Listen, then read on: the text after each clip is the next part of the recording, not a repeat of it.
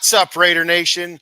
Welcome to the Silver and Black Lair. I'm your host, the Bat Fry, Kenny Fry, and good Friday evening. The weekend is upon us. Time to celebrate, right? Watching a little bit of Kings, Winnipeg Jets here. It's 1-1 in the third, about 5.5 minutes to go. Great physical defensive game here so far by the Kings. Kings were up 1-0 for a good bit of the game here. They scored in the second period. I think it was the second period off an Alex Turcotte goal. Beautiful deflection in off of a Kempe shot. Then they give up a power play goal here in the third period to Winnipeg. I think it was Scheifele that scored for the Jets off of was it a rebound? I think it was a rebound. I feel like it was a rebound. No, it was a pass. It was a pass, and Kemper didn't get over quick enough, and it was in front of Gavrikov as well. And but it is what it is. 1-1 under 5 minutes to go.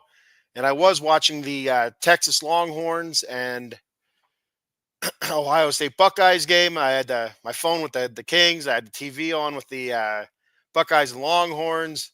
And that game was 14-14 in the fourth quarter. So whole lot of good sports going on here. Hopefully the Kings can pull this out. And when I go live tomorrow night with the Silver and Black Lair LA Kings, hopefully we're talking about a win and stuff like that. But real quick, before I get too far into Raiders football here, I just want to send my thoughts and prayers to those of being affected by the wildfires there in the Los Angeles area. Tough, tough stuff to deal with. People losing, their whole house, their whole everything they own, everything they have, whether it's stuff. I mean, stuff can be replaced, but then there's some things that can't be replaced. There's some things like that we might look as stuff, but might mean something a little bit more personal to some people, and those things are irreplaceable or priceless type things. And but as long as everybody's getting out of the fires, evacuating, and living to breathe another day, that's a bonus. And most of that stuff can be replaced. So thoughts and prayers there to those affected there in Southern California, Los Angeles area. And the Kings had their final home game on a 5-game homestand postponed due to the wildfires. So, all right. So let's move on to some Raider talk here. Some big Raider news going on. But first, I just want to go ahead and read over some stats. I'm not going to get too much into the game from this past Sunday. Absolutely ugly game by the Silver and Black. I know that the defense kept it fairly close. A lot of bend. They didn't break, and but I felt like this was controlled and dominated by the San Diego Chargers of Los Angeles, or the Los Angeles Chargers of San Diego. That's what I meant to say. They're always the San Diego, just like the Washington Redskins. The Commanders are always the Redskins to me. The Los Angeles Chargers are always the San Diego Chargers. I don't know what it is. It just feels right. I guess it's 40 years of saying it.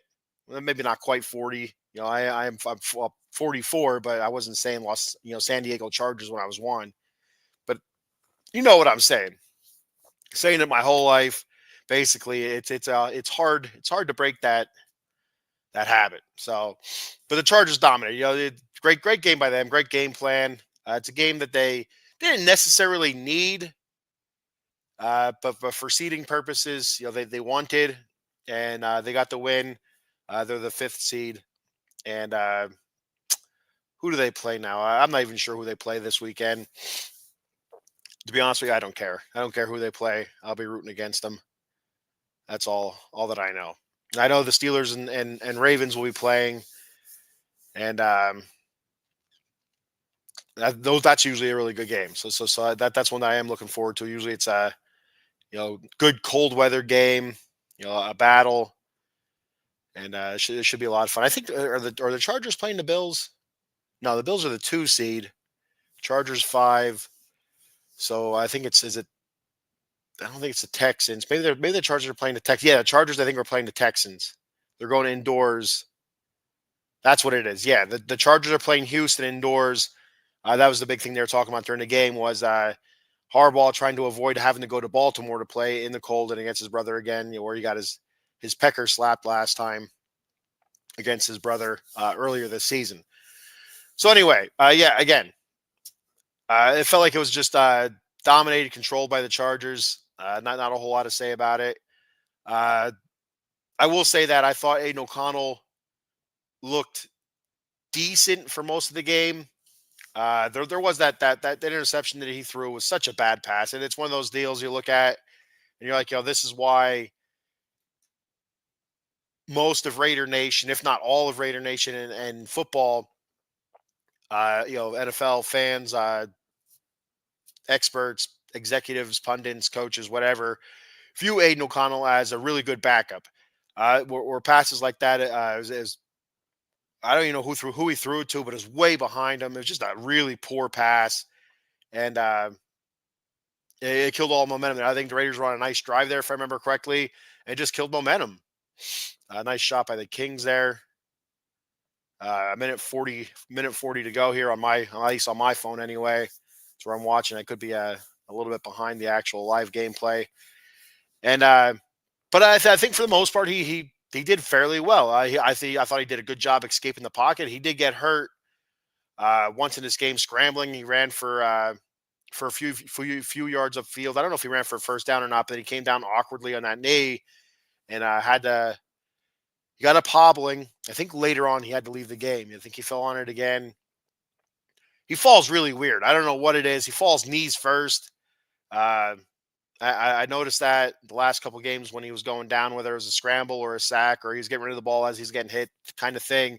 He seems to fall knees first, which is really weird looking, and which is going to lead to a lot of injury, a lot of knee problems for that guy. So you might as well just throw all sorts of braces and padding on that guy's legs and just be done with it. He'll go out there looking like Philip Rivers next year, or I think was it Dan Marino? His legs were all braced up before he retired. As most quarterbacks look later in their career with their legs all braced up and bandaged up, so, for padding purposes and whatnot. Just might as well do that to AOC next year. Even if he is a backup or a starter or whatever he's going to be moving forward here, just get ahead of the curve. Just get ahead of the curve. So looking back at some stats, Aiden O'Connell, 24-34, very efficient. And there's about 25 seconds left. Looks like this game's going to go to overtime. Very efficient, 24-34. So made some really good passes, kept some drives going, but it's just not good enough. It wasn't good enough. And it's not all on him. Like I said, that was a terrible, terrible interception he threw. Awful. Did a great job scrambling again, 0 sacks, helping his offensive line out. Really good pocket awareness, I thought, in my opinion. I thought that's something that he showed at the end of the season here in the last few games that he started was very good pocket awareness, good pocket awareness, good poise in the pocket and moving around and, climbing the pocket when necessary, but also getting out of trouble, just getting out of trouble, finding a gap in the offensive line when the pocket starts collapsing and getting out of the way. So it was a great job by Aiden O'Connell there. It was just not enough. And there's 0 run game. So it's, and there was no threat of a run game either. It's not like the Chargers were stacking the box to stop the run. They weren't. It was non-existent. And whether that's running back issue or if that's offensive line issue, I think you could blame both. It was Alexander Madison. He was our main running back, and we also had um, oh crap, I can't think of his name right now. Number 30, I think it was number 33. I can't think of his name right now. It's somebody that his first carries were in this game. I think he carried the ball once or twice, and no threat, no threat. Abdullah hurt, Zamir White hurt, Sincere McCormick hurt. I don't know why Dylan Labe or Lobby, whatever you want to call him. I don't know why he didn't get the ball. Why not? He did see his first snaps. I think he had 1 or 2 snaps with the offense since week 1, since the week 1 fumble. So I just think that's a missed opportunity there, and it is what it is. But without a run game, it doesn't matter. The Raiders aren't going to do anything. Wide receiver wise, great job by the wide receivers. Jacoby Myers, 9 catches, 123 yards, a touchdown on 10 targets. It's a great percentage there. That'd be 90%. See that? Really quick with the math. Brock Bowers, 4 catches, 50 yards, a touchdown. They targeted him 9 times.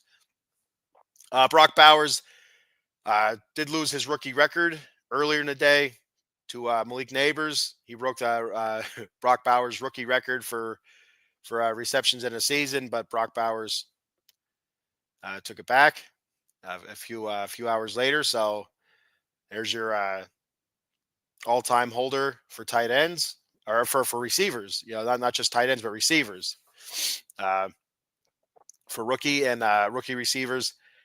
And I'll go over that more next week when I talk silver and black. I'll talk more about stats and whatnot, and the free agents coming up and stuff like that. And then in the upcoming weeks, I'll start putting out grades, my grades. Nothing official, nothing like too deep, nothing scientific or whatever. It's just a feeling, mostly off a gut feel, like how I thought they played during the season and whatnot. And it's just going to be mostly starters. I'm not going to go too far into the backups. So some of the backups that had prominent roles, I will, but besides that, I will not. Trey Tucker, 3 catches, 24 yards off of 4 targets, and Michael Mayer, 4 catches, 21 yards off of 4 targets. The Kings are into overtime here now. The Jets had a 2-on-1 there briefly before the second defender was able to get back. Oh, nice move. Who was that? Is that Mikey Anderson making that move? No. Was it? Yeah, it was. Man, what a beautiful move by Mikey Anderson in the offensive zone. So great job there, Michael Mayer. 4 catches, 21 yards. I'd like to see him get more involved next season. We'll see what happens, see who the Raiders decide to bring in. We'll talk about that in a little bit. Robert Spillane, 16 tackles. I believe he had a career high in tackles this season. Again, I'll talk about that more next week. DeCam Richardson, a ton of tackles there, 10 tackles. But he got picked on a lot. And he was exposed pretty well in that game. But give him some credit for at least making tackles. at least making tackles. He wasn't going to stop the guy from catching the ball. At least he made some tackles. That's how you can look at it. Kind of look at it positive. Yeah, there you go. There's a goal. Who was that? Kempe? Juice is on the loose, baby. Kings win in overtime. That's what I'm talking about. Beautiful job there by Juice. Hopefully it's official. The Kings had a goal pulled away in the first period, a Jordan Spence goal due to offsides.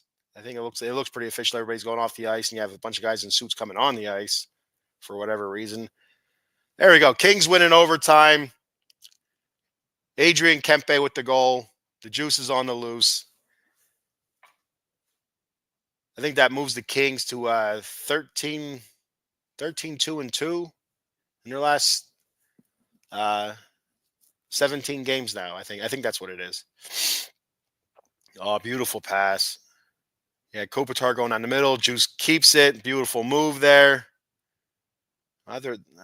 Jets player was complaining about something. He was bitching about something there. Oh, man, beautiful shot. Past the glove hand. It is. I will say that Hellebuck didn't play. Didn't start tonight for the Jets, but the goalie they did have it, and did a pretty good job. It was no joke either. So all right, Kings win. Talk about that tomorrow night. Back to the Raiders. But Isaiah Polamau, he had 9 tackles. I'm hoping to see more Isaiah Polamau. Again, I'll talk about more about free agents next week. We have a bunch of restricted, unrestricted type free agents that the Raiders need to either bring back, not bring back. I'll give you my thoughts on that next week. Divine Diablo, Trayvon Merrick, each with seven tackles, and we'll talk about them again next week. Adam Butler, he had a sack. He wrapped up a really good season. Talk about him more next week as well. You have free agents and stuff like that. Some big ones coming up. The Raiders have money to spend. We'll see what happens here. But again, my overall thought with the Raiders in this game against the Chargers, couldn't run the ball. Aiden O'Connell, I thought was fairly efficient, did a good job moving in the pocket. Just a terrible interception you can't have. So let me see here. What else? The Chargers, looking at some Charger stats here. Justin Herbert was 28 of 36, was awesome. He was awesome. I really, as much as I hate the Chargers, I don't hate the Chargers more than I hate the Broncos or the Chiefs. I hate the Broncos the most. If I had to rank them, it would go Broncos for the most hate that I can muster up, then the Chiefs, then the Chargers. But I really like Justin Herbert. He's a hell of a quarterback, and there's probably at least 28, 29 teams, other teams that would love to have him on their side, on their team, but it's not to be. He's with the Chargers, and seems like Harbaugh really had him smoking this year, really had him going. So I'm putting on the old Texas. Oh my God, Ohio State's running away with it. Jesus Christmas. 2 minutes to go. Ohio State is up. It was like 27-14. I don't know if they just scored a touchdown. They're looking for an extra point. I don't know. Yep. So they're looking to make it 28-14, a 2-score lead. It would be on Texas. And it looks like we're probably going to have an Ohio State Notre Dame national championship game. I was rooting for Texas, but it didn't really matter to me. I didn't care.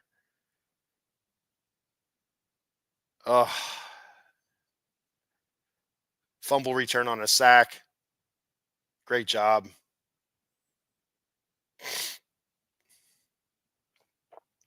In hockey, that would have been interference on that one player. Just kept running in front of the other guy to slow him down. But anyway, Herbert, 28 of 36, 346 yards, 2 tutties. He was awesome. Dobbins, 18 carries, 63 yards. Herbert, 4 carries, 42 yards. So he also, he ran the ball well. Haskins also for the Chargers, 12 carries, 33 yards. Chargers carried the ball 35 times, 137 yards. Couldn't stop the run. Yeah, a lot of the damage was by Herbert with his legs as well, getting out of trouble or just pulling the ball in and running it. Receiving wise, Quentin Johnson, like I said, he ate up Cam Richardson, 13 catches, 186 yards. Ladd McConkey, 5 catches, 95 yards. Will Dissly, 5 catches, 42 yards. Bosa, no sacks. Cleo Mack only one, Cleo Mack and Joey Bosa, no sacks. Only 0 tackles for Bosa, 1 tackle for Mack as well. So the Raiders did a good job there, keeping those guys fairly quiet. But like I said, no sacks given up by the offensive line. But you could tell there was a lot of some duress on AOC, and him doing a pretty good job with pocket presence and moving up when he had to, moving out when he had to, getting rid of the ball when he had to. Again, it looks awkward when he's running. It's like an injured baby deer or something. I don't know. Maybe not a baby deer, like a young deer, one that's not quite out of adolescence, hasn't really reached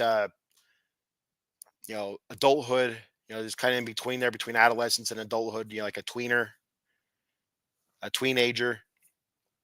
That's what he looks like running. Anyway, and injured. Not only just a young deer, but an injured young deer. That's what Aiden O'Connell looks like running. But it was effective. It was effective. Say what it is. It is what it is. It was effective, and he did make some plays with his legs. So you got to give Aiden O'Connell credit where credit's due. Diane Henley, he had the interception for the Chargers as well.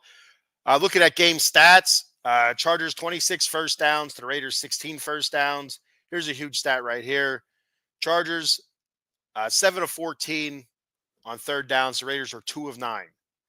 And the other big story to this coming out of this game was the time of possession. The Raiders unable to convert third downs. A lot of third and medium, third and longs. Hard to convert those. And without a running game, the third and shorts were damn near impossible as well.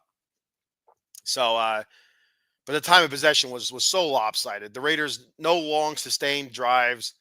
And like I said, their defense kept them in it, probably through 2.5, almost 3 quarters of the game. and the Chargers pulled away. Now you have to wonder if the Raiders defense just got gassed. To be honest with you, you have to wonder if they got gassed and just couldn't stop the Chargers anymore. The onslaught. Even though the score was 34-20, it was 34-13 before a late Brock Bowers touchdown. So no real threat by the Raiders there. Back to the stats. The Chiefs or the Chargers ran 72 plays to the Raiders 48. A huge discrepancy there. The scoring drives that the Raiders had, two of those scoring drives were only 5 plays. Quick scores, a field goal and a touchdown. The touchdown by I think it was Jacoby Myers. But if you're not going to have those sustained drives, and if you're not scoring more consistently, if you're not going to have those long sustained drives, and you're not going to score on those short drives, you're going to be in a world of hurt. Your defense is going to be out there a lot, and they're not going to have any cushion. And they held on. The Raiders defense held on as long as they could, and it just could not. They could not overcome it. Just being out in the field the whole time, the whole game. It felt like 473 total yards for the Chargers, 264 for the Raiders. Again, just nearly doubled the Raiders' total yards. Each had 10 drives. That's the funny part right there. Each of them had 10 drives, and that's the discrepancy we have. Passing yards, 336 by the Chargers, 225 by the Raiders. 137 rush yards by the Chargers, 39 by the Raiders. 39 goddamn rushing yards by the Raiders. It's disgusting. It really is. It's absolutely disgusting. Penalties, 7 for 40 for the Chargers, 3 for 28 for the Raiders. Time of possession, 38 minutes and 58 seconds by the Chargers. 21 minutes of possession for the Raiders. 20 minutes and 2 seconds. That awful. Awful. It's beyond awful. It's inexcusable almost to have it like that. And, that could be exactly what cost AP his job. We'll move on to that now. Now that we're past that. AP comes out Monday and appears to be keeping his job. He meets with the media and, wearing his Raider gear. He said, in a lack of so many words, like, hey, if you're here now, I'm getting fired. It's coming from somebody out there. It's not coming from anybody in here. So he meets with the media, talks about the future, kind of this, that, and the other.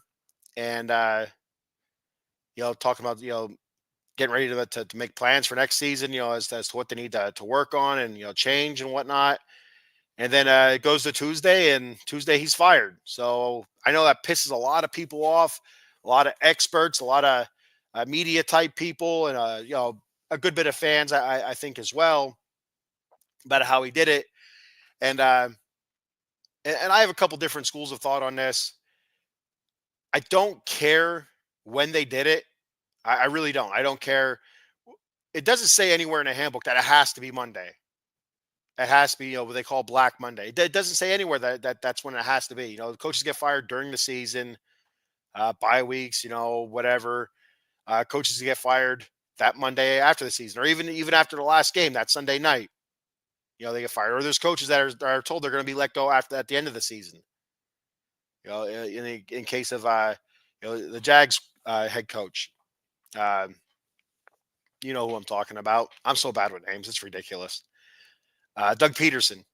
So it's in his case, I believe he was told he'd be let go at the end of the season. They let him finish it out, and I'm pretty sure that's what was said. So so the Raiders fired him on Tuesday. No problem with that. None at all.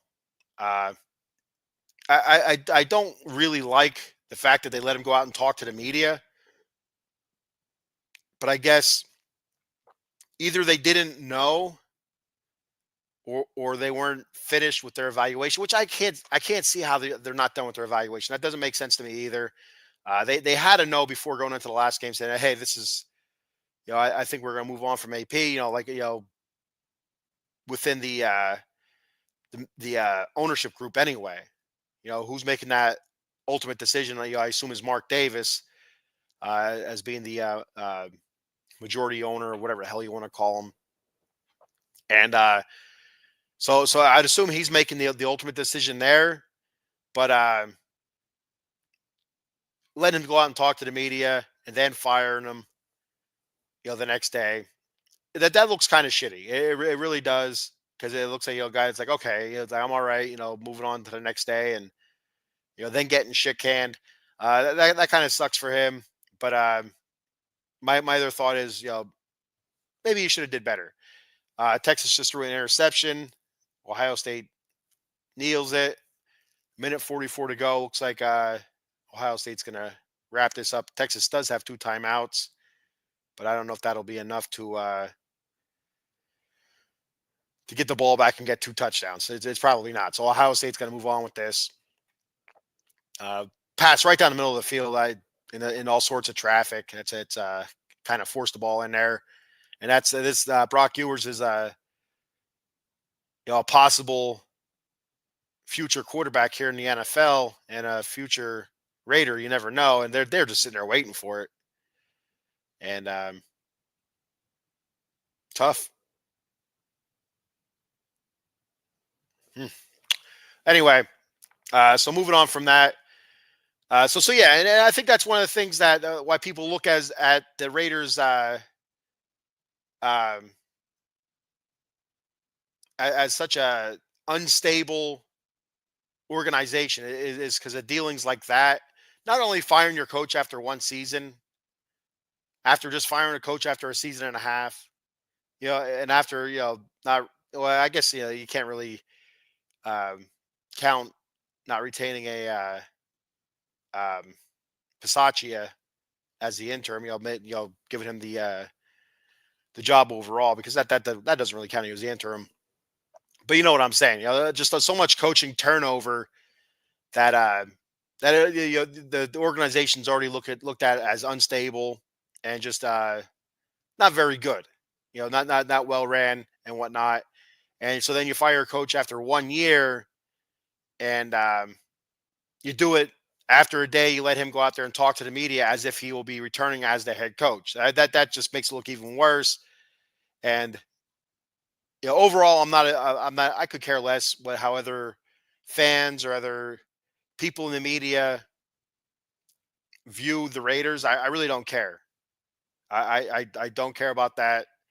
How they view us. But the one thing that I do care about is stability in the organization, and it just looks like it's a constant shit show. I mean, other fans have to be feeling that it feels like just a constant shit show, like every season, especially since the Super Bowl. It just feels like a constant shit show. I mean, you can even rewind it to before the Super Bowl, to Gruden's last year. What was it? Well, I guess his last full season, 2001 into the 2002 year, before he was traded to the Buccaneers. Uh, if I remember correctly, I could be wrong about this. There was a lot of chirping, a lot of talking about he and Al Davis not seeing eye to eye on some things or whatever. And I could be wrong about that. I could be wrong. I could be remembering incorrectly, which is a very strong possibility. But you could go to back then, and just point out to instability, or just feeling like it's ran, like trash, to be honest with you. And you fast forward it 20 plus years later, and we're in the same position still. Where it's like watching a Wile E. Coyote Roadrunner cartoon, where we just constantly bash ourselves in the head with a mallet, with a bomb, with a damn anvil. We're falling off the edge of cliffs here. And we get back up and we get to the edge of that cliff, and hey, we're going to build a bridge. And we got the bridge. Like, all right, we're walking across that bridge. We get about a quarter of the way through that bridge, and a panel falls out. And we hold up a sign that says "Yikes!" and we fall back down to the bottom of the cliff. When we get back up, we're like, well, what can we do here? Well, let's build a swing. So we build a swing to get across the bridge. All right, that swing looks legitimate, and we get the Roadrunner, to use the swing first, and he uses the swing no problem. He gets over to the other side, all of the Chiefs, the Broncos, and now the Chargers, finding success, more success over the last 20 years than the Raiders, especially the Chiefs. And they weren't the best ran either. for a long time. The Chiefs, the Chargers, the Chargers haven't won anything ever. So you look at them as well, but they look more organized than what the Raiders do, and the Roadrunner swings across with no problem. Like, oh shit, I can do that. So Wiley Coyote grabs the rope, he goes to swing across, and all of a sudden he pulls on that rope, and it just keeps coming down and coming down and coming down. Well, then the anvil hits him on top of the head, and then he has a big goonie going like this. And that's what it feels like being a Raider fan over and over and over again. It's really really frustrating.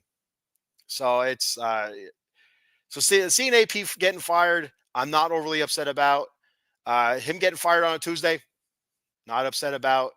Him getting fired after meeting with the press, looking like he's going to be the head coach, next season. I'm not upset about it, but I'm not really happy about it. I wasn't thrilled about it. It's like, why not just do it Monday, or don't let him go out there and talk to the media. Say, hey, we're going to postpone this media session until Tuesday, or whatever. Or even if they had to do it on Monday.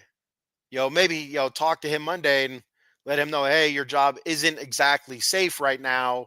This is what we want you to say. This is what we want you to talk about, and have him go out there and say, I still have to meet with Mr. Davis or whoever he has to meet with, and whatnot. But it didn't go like that. It didn't go down like that. So it was kind of shitty, but it is what it is. So we'll talk about some possible coaching candidates here. We got a comment from our boy Paul Spencer, Mr. Fighting Irish himself, saying, "What's up, buddy? Notre Dame versus Ohio State for the championship, January 20th. Some big date there on January 20th. I believe that's the presidential inauguration day. I believe. I could be wrong about that. You got the national championship game. I believe that's Martin Luther King Jr. Day, I believe. I think my kids are off school that day, and there was talk of possibly going to see Sonic the Hedgehog 3, which could be big news, or the Reading Royals, the local minor hockey league team, East Coast Hockey League, which is a couple steps down from the NHL. They have a free kids game that day, so might end up there, or I just might sleep because I work. But yeah, so January 20th, I hope it's gonna be a good game. The Texas game, I watched 3/4 of it, Paul, before I went live and whatnot. But it seemed like a really good game. It was 14-14 going into the fourth quarter. Even that touchdown by Ohio State to make it 28-14. Texas was driving. Texas was there. So while Ohio State's not this big mean baddie, so that's one thing that you heard a lot of people talking about, especially fans of teams that were knocked out. Whether it was Penn State or teams knocked out, beforehand, saying that Ohio State is on a roll and they're just going to run through everybody. Oregon, they ran through Oregon and stuff. They didn't run through Texas by any stretch of the imagination. So, Notre Dame, good strong team, had a great tough contest against Penn State. That was a hell of a game. Just hoping for a good game. Texas and Ohio State and Notre Dame should be a lot of fun. At least I hope it is. I hate it when they're blowouts like that. You get excited for something, you start watching it, and it's just it's crap. I hate it. Cowboy Dave checking in. He says, "Hey, big man." Hey, Dave. I was surprised they let Pierce go.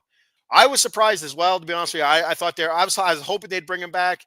I use this example quite a few times with some of my coworkers and some Raider fans that I know personally. I kind of point to Dan Campbell, and Dan Campbell didn't have a great first year or two coaching. He took time to turn it around, but here we are. Here we are again. Dave, I don't know if you heard my Roadrunner Wile Coyote comparison. I'm not going to get back into it because I think I kind of went off the rails a little bit and kind of forgot what I was talking about. I kind of got excited talking about Looney Tunes, and that's all I could think about was Wile E. Coyote getting smashed with an anvil. So, but yes, it's a little surprising. And like I said, Dave, I don't care what day of the week they did it on. That doesn't matter to me at all. I know a lot of people were up in arms about it being Tuesday. But let him go out there and talk to the media, and making it seem like he was going to be the coach moving forward. I think that was kind of crappy. But it doesn't have me upset. Whatever, it is what it is. They're all grown ass men. Antonio Pierce is going to be fine. He's a millionaire, so he's better off than I am financially. So I'm not too worried about him. He'll be fine. Paul says it's crazy when the Broncos traded for Russell Wilson, giving up 3 first picks, maybe 5 to 6 years of hell. But Peyton drafts Bo Nix, and they're 4 years ahead of schedule, and Raiders went back 5 more years. Oh, damn it. Went back 5 more years. We can't go back 5 more years. No, I refuse to believe that part of it. But yeah, I mean the Russell Wilson draft where they gave up a few years of picks. There were some down years for the Broncos. I mean, the defense was really good, but the offense, there was no offense. And if they were winning games, they were winning games like 13-10, 13-7. But a lot of times they were just losing games, 20-7, 24-7, where the defense would keep them in it, but the offense couldn't do crap. And uh, not the Russell Wilson draft. I'm sorry. Uh, Trading for Russell Wilson and giving up all those years of draft picks to Seattle, uh, it just wasn't good. There was, and Russell Wilson, he had some statistically, his years didn't look bad there in Denver. If you go back and look, it's like 25 touchdowns and maybe like 8, 9, 10 interceptions, which isn't a terrible ratio at all. But it wasn't good enough for them to get over the hump of not having a great offense. It was an okay offense the Broncos had with Russell Wilson, and it just wasn't good enough. The defense was good to great, but the defense or the offense just wasn't good enough to put up enough points to win games. So, but yeah, then they draft Bo Nix, which I thought for sure he was going to drop to the Raiders, and just wasn't meant to be. That's who I was pulling for last year in the draft. I was pulling for Bo Nix. Jaden Daniels obviously was the first one, but I knew he was going to be long gone. I'm like, a lot of the experts were saying there's a chance that Bo Nix could fall middle of the first round, late first round, and I'm like, man, if Bo Nix can fall to the Raiders, there we have it. But then again, we do have Brock Bowers. It seems to be the real deal here. But then again, if it's not winning games, it doesn't really matter, does it? So, and Dave, we all do feel for the Wiley Coyote. So, poor guy. But it just seems like all these teams in the AFC West have gone through a couple lean years. Since the Raiders were last in the Super Bowl, since the Raiders were last, a good team year in and year out. Was that Super Bowl year, the 2022, 2023 season. And all those teams in the West have had lean years in that time frame. And and they've come out of it. They've come out of it. They put all those teams have had lean years, put together a couple really good years. The Broncos won a couple Super Bowls, Peyton Manning, and then they have some more lean years. Russell Wilson, the Chiefs, they had some lean years. They had some good years with Alex Smith. They just couldn't quite get over the hump. They were making the playoffs. They went back to a couple lean years, and now here they are, Patrick Mahomes winning Super Bowl after Super Bowl. So, and the same thing with Chargers. They had some decent years there in the 2000s. They had some really bad years as well, and they're coming out of it. Where the Raiders, it just seems to be, a bunch of lean years, one playoff year, and then a bunch of lean years, and then one playoff year, and then a bunch of lean years. It's like there's no consistency. There's nothing to look forward to. It's terrible. As soon as you get excited, you get punched in the dick, is what it is. Dave says Wiley Coyote is a super genius. Yes, and that's how the Raiders feel. Every year in and year out, before we go into the season, we feel like a super genius, and then the anvil falls on us, or we blow ourselves up. Paul says the NFL should just make a division of the Cowboys, Raiders, Panthers, and Titans, and just call the handicap division. Still 8 games wins the division, and we all suck. I mean, you throw the Jags in there too, man. We got ourselves a hell of a losing division. It might not even take 8 games. To be honest with you, the team's gonna end up 7-10 somehow and winning that division. So, who are some of the possible coaching candidates for the Raiders? Going through some of what these media outlets are putting out there, whether it's the Athletic or the Sporting News, Bleacher Report, Raiders.com, even, or some of the more famous Raiders podcasters, Mitchell Renz and whatnot, from the Raiders Report and Hondo Carpenter. So some of the possible coaching candidates that the Raiders are could be targeting or looking at, or already have asked for permission to interview. So here's a couple that they could be targeting. Mike Vrabel, of course. You have the connection between Tom Brady and Mike Vrabel. Mike Vrabel was a hell of a coach at Tennessee for the Titans. I'm just really surprised that he was let go when he was let go. They were on a bit of a downslope, but he had so many up years of the Titans. And again, never hoisted the Lombardi Trophy as the coach for the Titans. But I'll tell you what, man, they had some really good seasons. They played against some really tough competition, and just just could not come out on top. Even when you felt like they were the better team, they just could not come out on top. And but still, it doesn't mean he's a bad coach. Sometimes you just got to blow the team up and start over again with the same coach, and just let him continue doing what he's doing. See if he can rebuild and make that a viable team again. They didn't do that with Vrabel. They canned his ass, and he decided not to coach last season, and so he's out there. But so you have that connection between Tom Brady and Mike Vrabel, but you also have that connection between Mike Vrabel and the Patriots. So I think most people are looking at that as the more than likely destination for Mike Vrabel or the New England Patriots, which I think so too. That wouldn't surprise me too much if Vrabel ended up with the Patriots, and it would make sense. It really would make sense. His connection with the Kraft family and whatnot, and all that good stuff. But then again, he and Tom, who knows what kind of connection they have. I don't know. We'll see what happens. But here's one that made me kind of laugh was Pete Carroll. His he's a possible coaching candidate that people are pointing to, and so he was the oldest coach in the league before he. I don't know. I don't remember if he resigned or was fired or whatever it was. I don't. He wasn't fired. They didn't fire Pete Carroll. But it's probably one of those deals where like, hey, Pete, you're done. And then, okay, Pete's like, okay, yeah, all right, no problem. So, but again, it's 74 years old. What the hell are you? Why would you want to do that? Why would you want to bring in 74-year-old Pete Carroll? I mean, I get it. He won where he went, with USC and recently with USC and the Seahawks, the Sea Chickens. But I mean, he's 74 years old. Would he want to start over and do this crap with the Raiders? I don't know, man. The dude was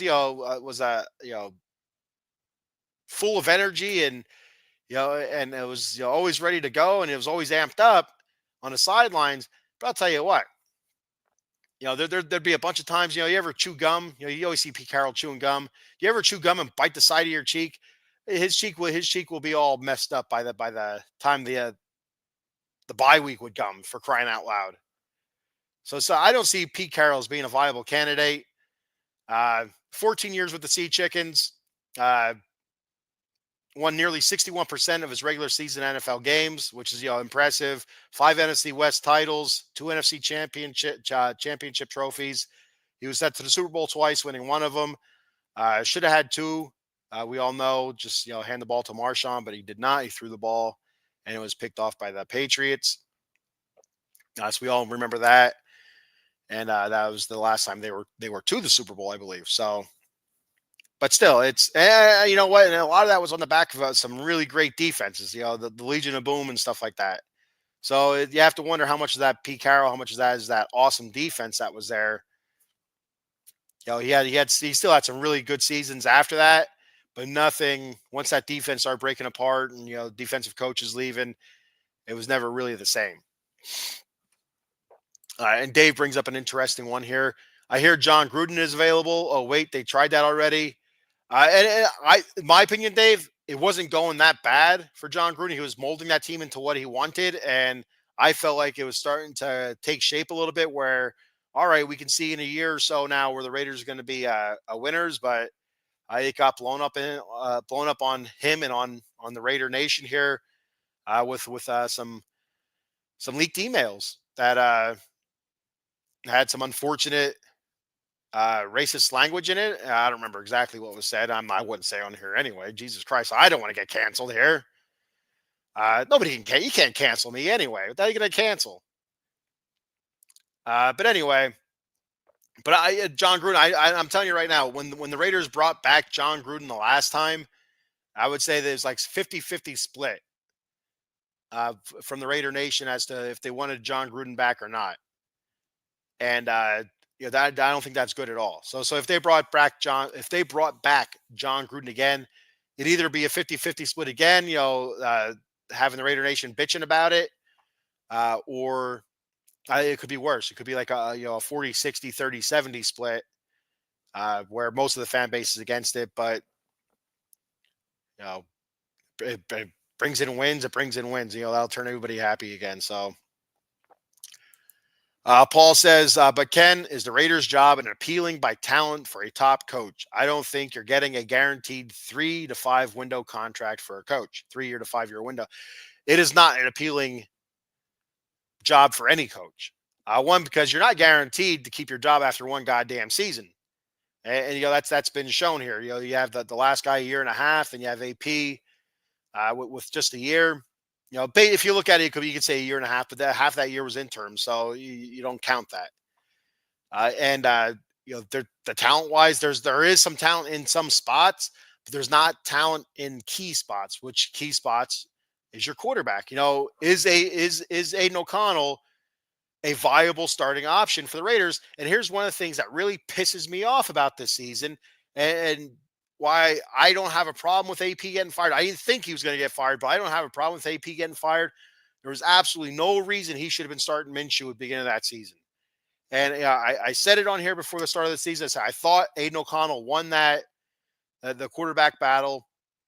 One, he was already the incumbent from the season before. All right. And from everything AP said, your head coach said, Aiden O'Connell, this is his job to lose. Okay, so he already has the leg up on Gardner Minshew coming into this season. Already has the leg up. And you hear reports from media that are at practices. They say if it's fairly even. Some days Aiden O'Connell looks better. Some days Minshew looks better. Some days both of them look like crap. Some days both of them look good. So, all right, so you can call that a wash right there. Then you watch them in the preseason games. And I thought far and away, Aiden O'Connell looked like the more accurate and the better quarterback. And for some reason, AP and his coaching staff decided to go with Gardner Minshew. They figured it was Minshew mania time. And I didn't understand it. I'm like, all right, though, they're the coaches. They get paid millions of dollars to do this crap. I do not. I get paid nothing to do this. Okay, let's start with Minshew. He's has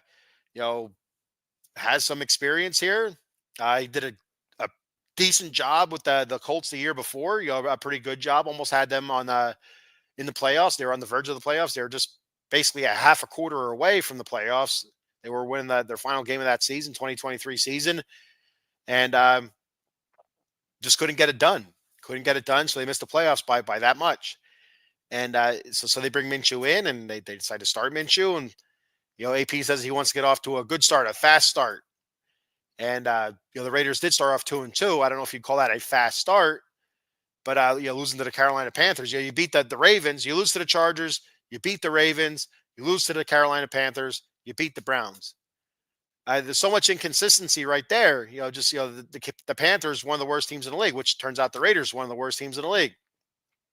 But at that point, the Panthers were probably the worst team in the league, and we got shellacked by him. And so why is Minshew starting? It just did not make sense. Now, was Minshew the reason the Raiders lost that game? No. But still, I just so we come in. The point I was making, I was trying to make here. The thing that pisses me off the most is we have Aiden O'Connell here. Paul's question was, is this an appealing job by talent for a top coach? And I said no, because there is some talent on this team. There is absolutely some top tier talent on this team, but in the places, the spots that you need them, there isn't. And you look at quarterback, and the reason we don't know if there's talent at quarterback or there is no talent at quarterback, to appeal to a top coach, is because we don't know what the hell Aiden O'Connell is yet. We don't know. We've seen him at the end, halfway through the season. McDaniels was fired, 2023. From the halfway of that point of that season to the end of the season, and he finished off that season, with I think like a stretch of was it 8 touchdowns and no interceptions, and the team was looking good. So half a season there where each week it looked like Aiden O'Connell got better and better. Okay, we fast forward to this year, and Aiden O'Connell doesn't start. And here we come down to the last, 6, 7 games of the season. Aiden O'Connell finally gets a nod after Minshew gets, hurt, and then Ritter gets hurt, and after O'Connell was hurt again, all the quarterbacks are freaking getting hurt. But O'Connell comes in and he plays for the most part fairly well. And again, I'll talk about stats more next week. I'll break down his season stats next week, as well as Minshew's and all that good stuff. But overall, I thought he played very good. He played very well, and there's no reason not to start him. But here we are. We're going to be going year 3 with Aiden O'Connell on our roster. We still don't know what the hell we got in him. We don't know if he's a quarterback that can start or if he's just a good backup, which everybody says he is, but you don't know. You just don't know. There's been plenty of quarterbacks in the history of the NFL that were picked, late rounds and turned out to be good quarterbacks, good starting quarterbacks that took their teams to playoffs. And some of those guys weren't top 5 picks, top 10 picks, and took their teams to the Super Bowl and won championships, right? There's plenty of quarterbacks you can find like that. And then there's plenty of quarterbacks, top 10, that all they did was lose and they're out of the league in 5 years. So it's with Aiden O'Connell, he was like a 3rd or 4th round quarterback. We still don't know what we have in him. We still don't know if he's a starting quarterback. And it's going to hedge a lot on what coach the Raiders decide to bring in as to if he'll even get that shot. And to be honest with you, I don't think he'll get that shot. I really don't. Whatever coach is going to come in, they're going to either want to bring in their quarterback through free agency, or they're going to have their eye on drafting a quarterback, at least try to draft a quarterback and go from there. Now, whether that's, your Cam Ward, Shador Sanders, or what have you, those seem to be the top 2 quarterbacks in everybody's mind coming into the NFL draft, which is not a great quarterback draft from what I'm being told. I'm not a big college guy. I don't know a whole lot about college football. I don't watch a whole lot of college football. I do stay up on it, with who's decent, who's not decent team wise, but player wise, I don't know what the hell's going on. I'll watch bits here and there to kind of get an idea, but like watching Brock Ewers, looked okay at points and looked not okay at some points. Looking at that Aller kid from Penn State yesterday, I wouldn't let him throw the ball much. I'll tell you that right now. The kid from Notre Dame, I thought he looked decent. So who knows? Who knows? But yeah, besides, defensive line, again, we have some pretty big free agents coming up here. Defensive line, there is some talent, some really good talent. If you look at Crosby, if he returns, if the Raiders don't trade him away or whatever, you'll hear all that chirping.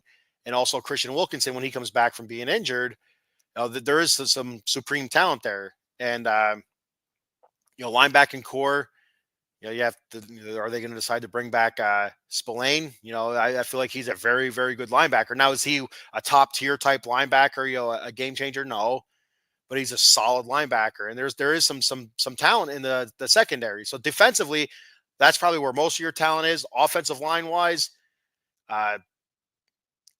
it's young in spots. And I feel like there's going to be talent in the next year or two, as they get to play more often and together.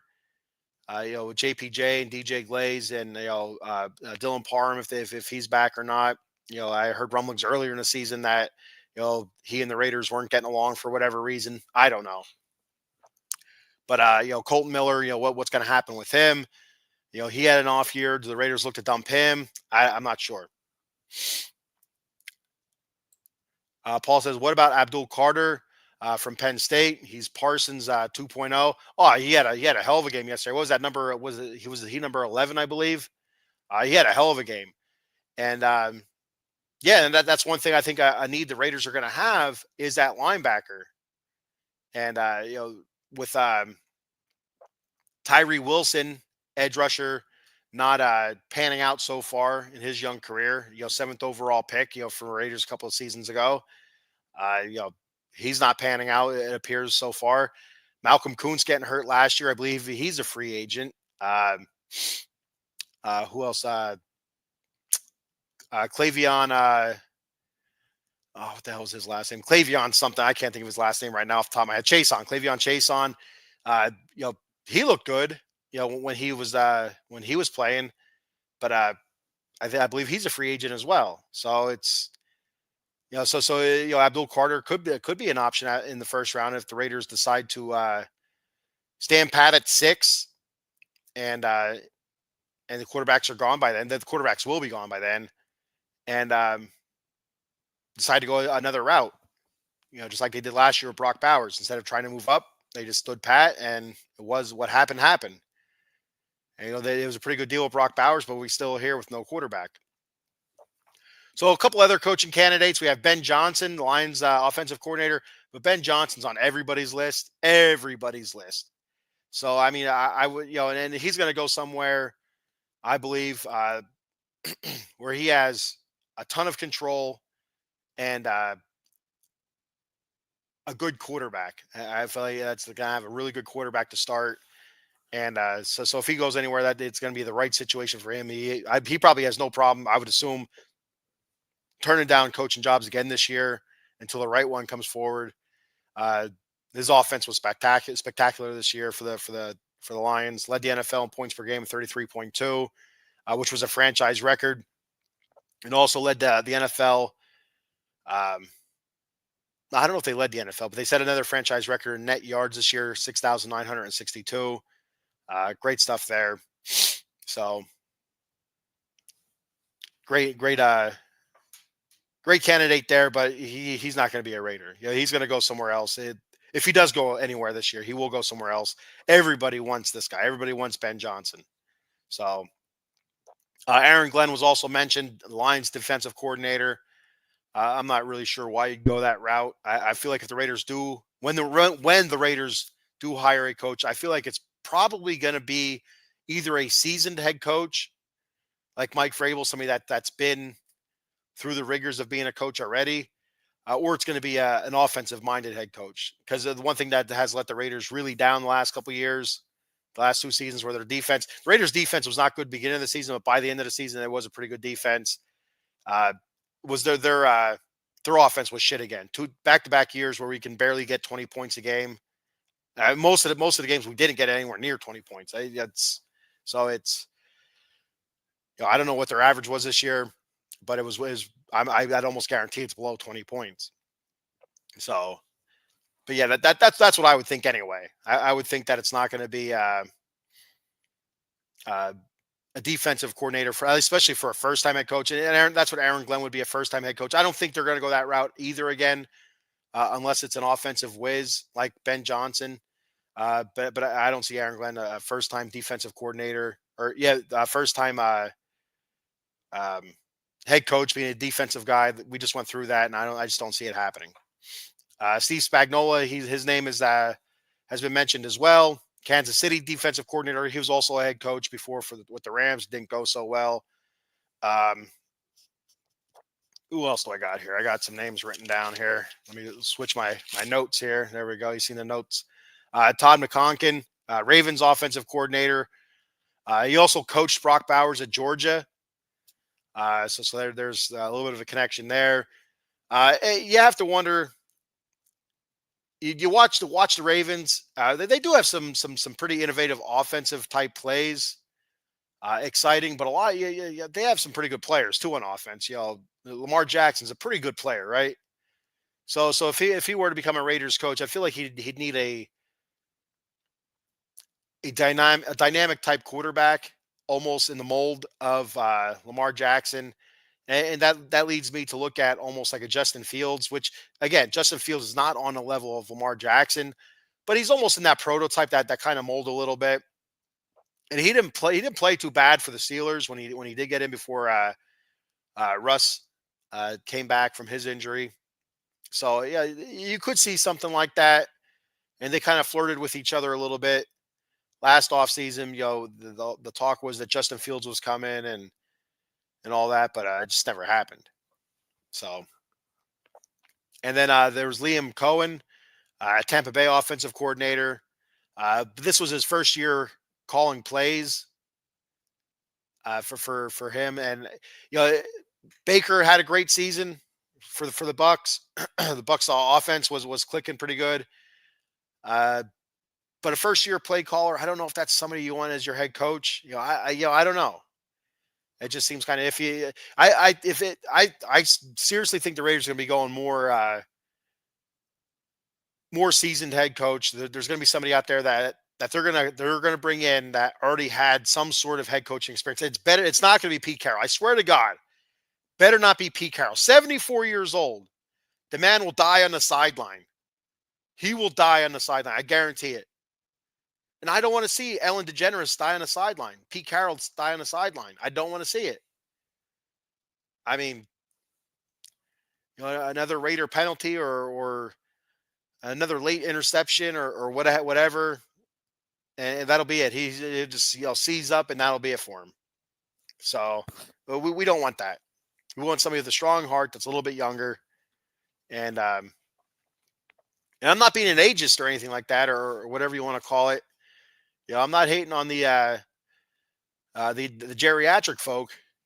Like my boy Paul Spencer, he's a little bit geriatric, but I'm not hating on you, Paul. But I'm just saying, for a gig like this with the Raiders, the coach better have a strong ticker. So, so those are some of the Raiders head coaching candidates. There will be more that comes out. Those are some of the guys actually that they've asked for interviews with. Todd McConkin. I don't know if they asked for Liam Cohen or not. They asked to interview with Spagnola, Ben Johnson. I think they might have asked to interview Aaron Glenn as well.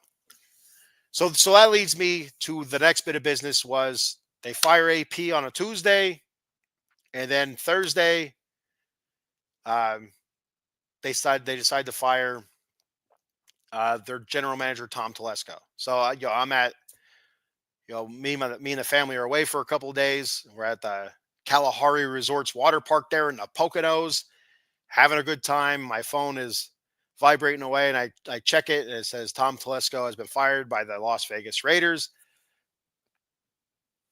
What the hell? I thought for sure they would have kept Telesco around. He didn't have a bad draft.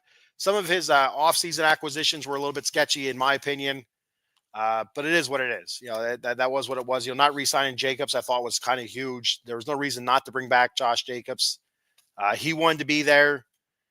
You just had to pay him. The Raiders had the money to pay him. And I get not paying running backs. I really do get it. But you can structure a contract in a way where, it's not going to kill the team to have a running back being overpaid a little bit.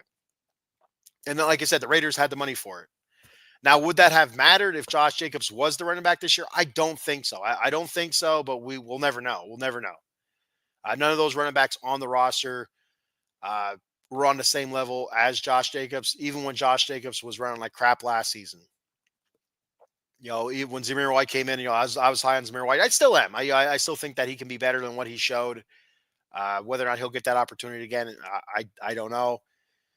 And but then draft wise, Brock Bowers, that was a hit. DJ Glaze, that seems to be a hit as well. DeCam Richardson, even though he did get exposed pretty good there against the Chargers, but for the most part, he did a decent job in the secondary. So, when he was called upon, it was probably halfway through the season, 2/3 of the way through the season before he actually got regular starting time due to injury.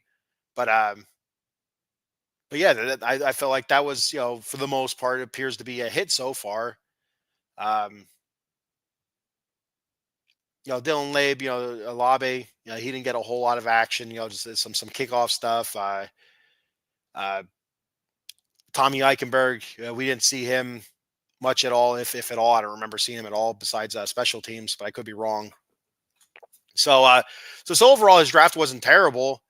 So I don't know what the deal was. The only thing I could think of, and I think I tweeted it out at on my Twitter page, my X page, or whatever the hell you want to call it, which is at SB underscore Lair underscore OOTBE. Make sure you give me a follow, as well as Out of the Box Sports, OOT Box Sports. But make sure you give them a follow as well. But it feels like the coaching candidate, they probably already have somebody in mind. They probably already know that the coach that they're really going to go for, or coach is, if they have a couple guys, like, okay, if plan A doesn't work out, plan B, plan C, that coach is going to want to pick his own general manager, or he's going to want full control. And, stuff like that, I'm not a big fan of. When the coach has full control, I feel like they need a general manager, um, or some sort of executive, tell them no sometimes. So, but and that's how they went about this process. They hired the coach before the GM. Was that a mistake? I don't know. They appeared to be both mistakes. Apparently, that's how they felt about it. So I don't know where they're going to go from that. If they're going to do the coach first again, and then figure out the GM after that, not really sure. But here we are again. It's like Groundhog's Day. End of the season, coaching search, GM search, all over again. Hooray! So, like I said, next week I'll be talking more. I'll be looking more back at the season stats, and stuff like that. Any more coaching news or GM news from there? Who do you want as head coach? I want somebody that'll win some effing games here, Dave. I don't care who the hell it is. And to be 100% honest with you, if the Raiders would have given Cliff Kingsbury that extra goddamn year, he wanted 3 years, they offered him 2, and they wouldn't give him that extra year, and Washington said, hey, we got an extra year over here, I feel like Cliff Kingsbury right now would be the Raiders head coach. That's what I think. Or maybe AP would still be the head coach. The Raiders offense would have been better. It would have been a better season. Maybe not a playoff season, but it would have been a better season. And everybody would have their job, and everything's hunky dory here in silver and black land. And we're talking about draft and free agency, and hey, we're this close to the playoffs. But no, we're talking about being further away from the playoffs than the year before. Any kind of dynamic coach that we could have had last year, gone off to other teams. So I don't know. I don't care who it is. Obviously, Ben Johnson would be great. Obviously, but for me personally, I think Mike Vrabel. But I have a hard time seeing him not being a Patriot coach, and that could be one of those things where it's too obvious to be true for him to be the Patriots coach. So you never know. Yeah. So I could care less. Whoever brings stability to the organization and brings wins. That's what I want. It's something where we could see, hey, something is building here. Where instead of we're just turning our tires. Again, Wile E. Coyote. We think we got the trap set, and instead we're the ones looking like the fools. Give AP, give Antonio Pierce credit where credit's due. After his interim year, he had the fan base hyped. He really did. He talked a good talk. He had the team playing hard. They looked like they were going in the right direction. But in the end, inexperience bit him in the ass. Inexperience bit him in the ass, and not surrounding himself with the right personnel, with the right staff, I should say, or with the right staff. And Luke Getzey was absolutely, positively the worst hire. Absolutely. And I'm not. I believe it was his hire. But it could have been Telesco as well. I'm not really sure, 100% sure, but yeah, Luke Getzey. I feel like the uh, the hole was dug by Getzey, and the coffin was built by Getzey for AP's burial as the head coach. He just didn't finish it off. He didn't put the nails into the coffin, but he dug the hole and he built the box. That's how I feel about it.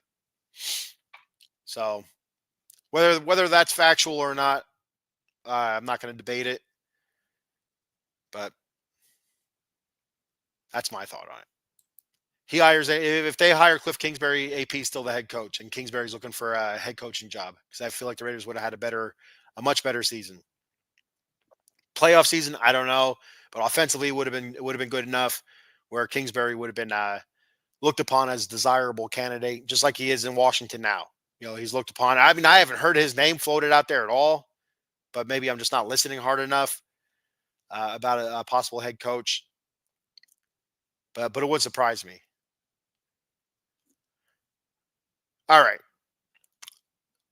So before I duck out of here and stop flapping my gums, I want to let you know about our boy Jason Fine, attorney Big Al. You reach Big Al at 1-800-HURT-123. That's 1-800-HURT-123. Jason Fine specializes in motor vehicle accidents, slip and falls, workman's comp, and personal injury claims. He has 3 office locations conveniently located throughout Pennsylvania and New Jersey. His office in New Jersey is located in Cherry Hill on 3 Greensward Lane. The phone number there is 856-209-5258. He has 2 offices located in Pennsylvania. Just happens to be on one on each end there, the east and the west. The one in the west is located in Pittsburgh on 500 Grant Street, Suite 2900. The phone number there is 412-365-8151. The one located in eastern Pennsylvania is Philadelphia, Pennsylvania. And that one is located on 1628 JFK Boulevard, Suite 2120. The phone number there is 267-888-2980. That's Jason Fine, attorney Big Al. Be sure you check out of the Box Sports on YouTube and X at OOT Box Sports. Give them a follow. Subscribe to the YouTube channel. Be much appreciated.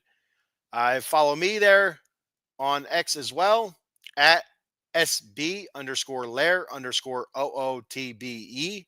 I'd appreciate the follow there. Check out my YouTube channel as well at the Batcave_OOTBSE. I'd appreciate a subscribe if you don't mind. I'd like it. I'd appreciate it. If you want to help me out financially, which again, I'd appreciate that, but you don't have to. It's not a big deal. Head on over to www.w.gg. Check out W Energy Drinks. They got a wide variety of energy drinks, and I dig them. I really like them. Shakers. I like their shakers as well. I have a couple of their shakers. Swag. They have t-shirts, hats, and stuff like that. A lot of cool stuff there at W Energy Drink. www.w.gg. Use that promo code The Bat Cave, all one word, The Bat Cave, for 10% off your order. And if you do order it, let me know. Let me know what you think of the product. Like I said, I like it. It's a jitterless energy drink. It comes in powder form. Mix it with 16 ounces of water. Or I go a little bit more than 16 ounces. I like mine watered down a little bit. That's how I am with all mixed drinks. I drink those packets of, I don't know if everybody has these or not, but they're like single packets of iced tea. It's an iced tea lemonade mix. I think it's 4x4C. I use those, and I like watering those down. So yeah, instead of 16 ounces, I usually go about 20 ounces or so. I don't know why that is either. I do it for every kind of powdered drink, whether it's a single packet or it's a scoop or whatever. I like to water them down. That's to each his own, right? So let me know if you like them or not, what flavor you tried, and all that good stuff. All right, so that's all I have for tonight. I appreciate everybody for checking the show out. Give me any feedback that you have. You hit me up in my inbox there at SB_Lair_OOTBE on X, and hit me up with some feedback, and we'll chat about it and tell me what you want to see on the show, and we'll figure it out. I'm looking to have some guests on in this off season, talk about the draft and stuff. Some people are a little bit more versed in the college football game to let me know what they think the Raiders are going to do. Raider fans anyway. Let me know what the Raiders are going to do. Real quick before I hop out of here, I'm going to do the. Jesus, I almost forgot. I wrote down the draft order. I want to talk about that real quick. The draft order, the way it sits, the Titans are at 1. The Browns are 2, Giants 3, Patriots 4, Jags 5, Raiders 6th, Jets 7, Panthers 8, Saints 9, Bears 10, 49ers 11, Dallas 12, Miami 13, Colts 14, the Falcons 15, Cardinals 16, the Bengals 17, and the Sea Chickens are 18. So right now the Raiders sitting at 6. There's 2 teams that need quarterbacks definitely in front of them. The Titans, who apparently are moving on from Will Levis after 2 seasons. So there's that. And then the Giants picking at 3. So those 2 teams definitely need quarterbacks. You have Cleveland sitting there at 2. Don't know if they need a quarterback or not. They kind of had their quarterback need. I think I was looking at NFL.com as team needs. They had that listed 4th or 5th as a team need. So I don't know if they'll go quarterback first round or not. I don't think so, but you never know. So that could be a possible trade target for the Raiders. The Browns are right there. If the Browns drop back to 6th, the Raiders move up to the 2nd spot and maybe give them some draft capital if they're looking at a quarterback or not, or somebody else. If they're looking at that kid out of Colorado, that's a terrific wide receiver / cornerback. A better cornerback than wide receiver. I can't think of his name right now. It doesn't matter what his name is. So that's a possible target there. But we'll see what happens. We'll see how as the weeks and months and the days move on, and then we get a coach, we can kind of start figuring things out here. But the Raiders have money. They have draft capital. I think they have 11 picks overall this year. So it's there, but is there anybody worth taking quarterback-wise that early? I don't know. I don't know enough about it. All right, so that's all I have. Thank you, everybody, for checking the show out. I will see you guys again next week. And it's always, I say it at the end of every show, and it's hard to say because you just don't do enough of it. But I'm going to continue saying it because I believe in it. And that is, of course, just win, baby. See you later.